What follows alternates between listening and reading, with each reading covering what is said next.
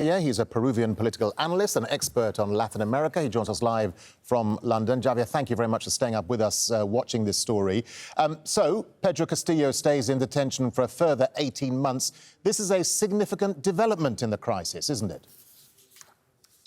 Significant, as your correspondent said rightly, so it was a 2-hour reading of sometimes convoluted arguments to justify the reason why the judge decided to accept the request by the by the prosecutors to detain former President Castillo for 18 months until June 2024. The two key arguments that they used were, one, that there's a justification to accuse him of rebellion because before he made the announcement that he was closing Congress, he had contacted the head of the National Police and asked him not only to go and physically close the Congress, but also arrest the Attorney General Patricia Benavides, which the judge considered this accusation serious enough to accept the detention, but also that he was actually going to flee the country by asking for political asylum in the Mexican embassy. Now, the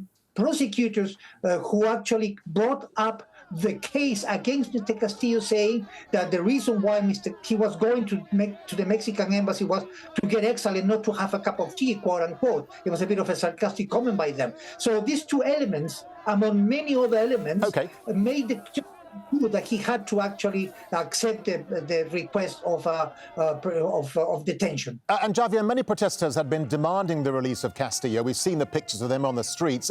That's not going to happen now. But what level of grassroots support does Castillo still have, particularly among the indigenous community?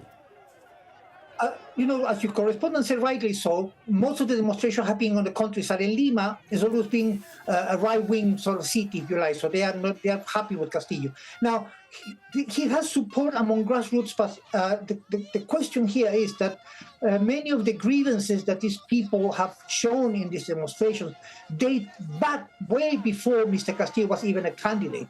There's been decades of neglect, they've been disenfranchised, there's been no access to basic education and to basic services, and people are fed up with the situation, and they thought that Castillo may be able to do that. So a great deal of this protests go not only because of that, but also because they want Congress closed out. Even before Mr. Castillo was sacked as president, opinion polls gave Congress 13% of popularity, even lower than Mr. Castillo. Congress has been extremely unpopular, and many people in the countryside not so much support Castillo, but reject the Congress considered doesn't represent the interest of the majority of people in Peru. And Javier, as you've been saying, there are now widespread calls for this new election to be brought forward. Is a new vote likely to be called? And how much is all of this political instability affecting democratic institutions in Peru, like Congress, which is the point that you've been making?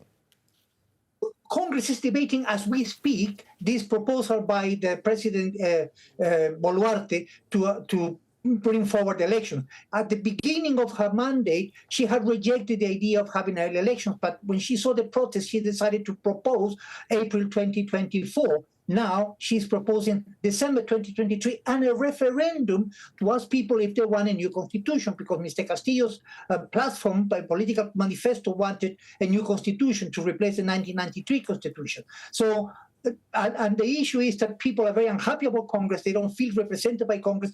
And it's very difficult for Congress not to vote in favor of early elections, because if they don't, the protests are going to concentrate much more on Congress rather than asking for the release of Mr. Castillo. Congress is now the main target of these protests. Javier, let me get a final thought from you. This is a fast-moving political story. Where does all of this then leave the new president, Dina Boluarte? I mean, she's calling on Peruvians to unite, but that's a difficult call given the growing chaos across the country.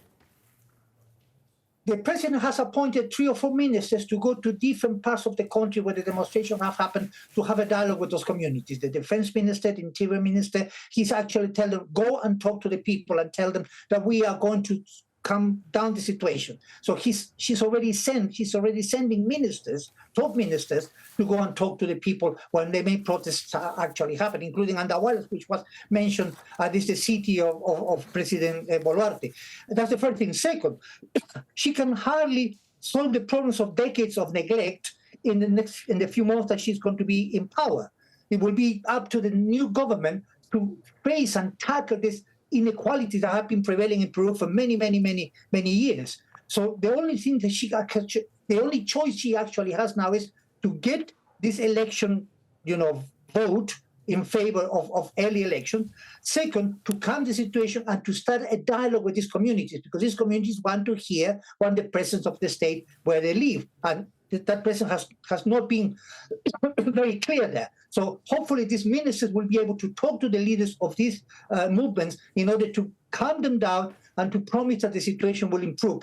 Difficult at the moment, because as I said to you, all these protests back way back before Mr. Castillo became president. Javier Farje, really good to get your thoughts and your analysis. Thank you very much indeed for staying up with us to watch this story. Javier, thank you.